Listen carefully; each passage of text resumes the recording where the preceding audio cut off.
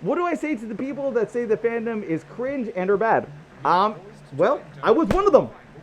I was one of them. So real talk. I've known about furry since I've been 10 years old. And I did not engage with the furry fandom until I was 25 years old because it's cringy and it's bad and I did not want to associate myself with it. And the reason was because basically the perception, the bad apples are always louder than the silent, cool majority. So once I got into the fandom, I realized that the fandom was filled with a lot of people that were really cool, but the fandom is built on the bones of people that didn't have places to go, people who were bullied, people who are outcasts, people that are LGBT, people that found a home in a place in the internet where they didn't have a home before.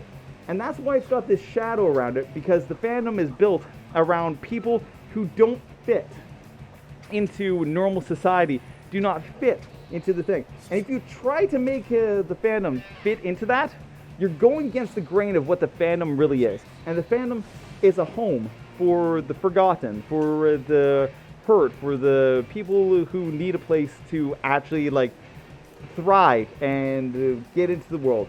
So for those that say it's bad, I would argue heavily that it's extremely mentally healthy for these people like myself and like everybody else here to find a home, to find places where they can connect and build their social skills. And it's a place where people can grow and develop. And the people that don't fit with the rest of society can be here and develop and grow in a safe place, but then they can fit in that kind of society. And that's what I kind of love about furries. Yeah, furries are cringy. Furries are cringy because the people that are in furry don't have the social skills to be not cringy, but by being in furry, they're able to interact with each other and eventually build social skills so they become uncringy. So technically, furry is a mechanism to become uncringy. You start cringy, and then you eventually transition to being not cringy by the help of the people within the fandom.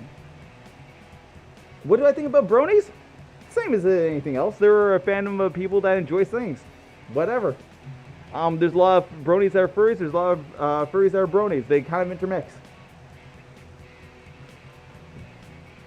Okay, I'm going to get an hour and a half in before work. All right, you have yourself a great night, Romy.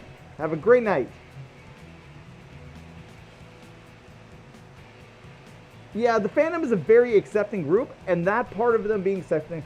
Now, there is something about the fandom that I do have some disagreements about. The fandom is very accepting. I find it sometimes too accepting. I find that sometimes it accepts things that are unhealthy. There is a part of the fandom where they validate everything you do. And sometimes you should not validate somebody for doing something wrong. And it might be in my perspective is wrong, but honestly, there's sometimes when people validate somebody doing something that's bad for them so much that their bad habits, their anxieties build and build and build until they become stronger than the person themselves, and they have to get professional help later in order to reverse it. That's my hot take on the fandom. That the only problem with it is that they support and they reinforce bad behavior as well as good behavior, and they accept it and they reinforce it, and that can lead to bad results. I would not agree with that, Fluffy. The furries are not innocent. The fandom is built on a basis of sexual experiences and other things. So no, they're not innocent. There's the innocent furries, and there's a large portion. We are an adult fandom, so there is a large sexual portion to it. Do never deny that part.